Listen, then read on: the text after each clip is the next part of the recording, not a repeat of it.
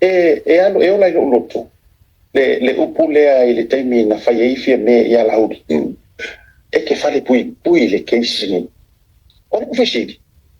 e shi a famasi awai ku sape ke pare mia you have no right e ke fai ai sa wanga fa pena nei pi lu ngoro wika ai fai ole wa ai wa ku ma ka ya fa pero wika then you know something or you plan something in theory many politics se longa la fa poi busca ka longa poka cool corruption se longa fa poi le comisión leo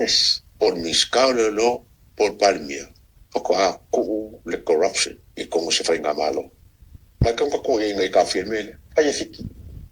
foi se fa malo ai fiki sai ni se fa malo grafit Saddam Hussein ya que mata foi le ya ai Panimarama Panimarama wala nang ay ko yes te tau lava ona ma lo si le tula folo ma o ifo le atu ma le fa fo ba le tulu ko e pawa yo ka le ku le u la fo ko ya ku le pa ma Fiame ko pawa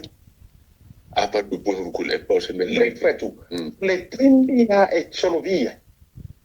Perché mi ha fatto che è una su cofu che manala be io coringo il vir follow isi e le ai si sa le ai ma se si sa però mi na le na fa ya tu te tala ole as long as ole so i fuata ngata ni o lo tu ilunga ole u tu la fo ku go wa le vingo la tan they think they are above the law now what happened in the rule of law Fiame ¿Cuál es ella? ¿Cuál es ella? I'm just wondering for lele kako ikufa SAMOA for yes ka ke marjili kule. Pem fainga sefe swafa a ora ku se kaka pio mas kaka pero mas kaka fai me balea. Sefe de swafa. Bula me ka fa a veces swafa fa pui lo ngo ka balau. Lane mana tua o swafa. Me asinga ainga.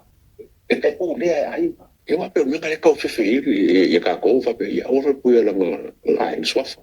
eu lá uso é feio isso é chile é uma agora não que ficou feio poi é uma feia é aí mas tu não mas feia que ele ou uma sangue lima facasi suli mas feio ai a vezes isso é muito mas oi porque ele não culpa pegar ele a vezes não na vez é foi pui mal ele não ele já me e kasi ar fa ko fala inga asuli o Fiame o mane tu mai la ele o se mata ele o pa so fa lo fa ko ele o pale mai so fa mata fa o so Fiame fa ke e o fo ya ri mongia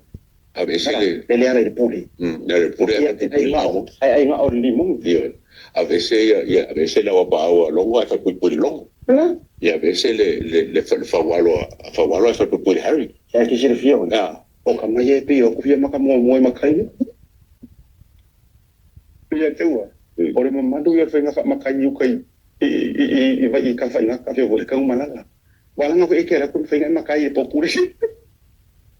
ana ko fa ina ka fai go fiel ba ai almano e fa pupus ka e ka fai fa ngale so fa se mai i sa me vale sa me pi lo fa